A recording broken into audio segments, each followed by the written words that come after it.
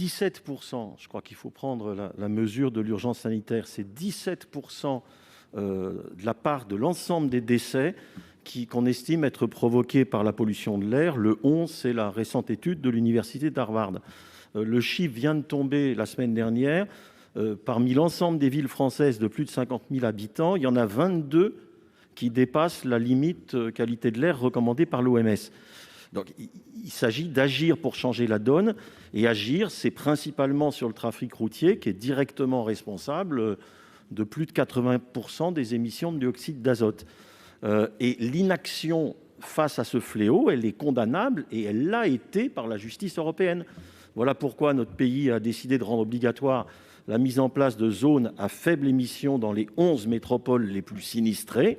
La présente loi prévoit d'aller plus avant en élargissant la mise en place de ZFE aux agglomérations de plus de 150 000 habitants.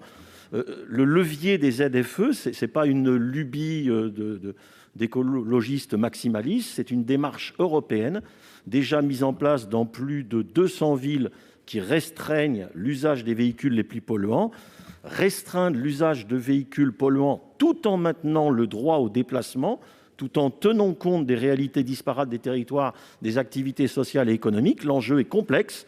Et puis les inquiétudes, les mécontentements, les crispations, ça c'est clair que ça visera d'abord ni l'Europe, ni l'État, ni même nous les parlementaires, mais principalement les élus locaux. C'est pourquoi la loi, elle doit être claire, à la hauteur. Elle doit laisser aussi, en bonne subsidiarité, une marge de manœuvre aux élus locaux aux responsabilités.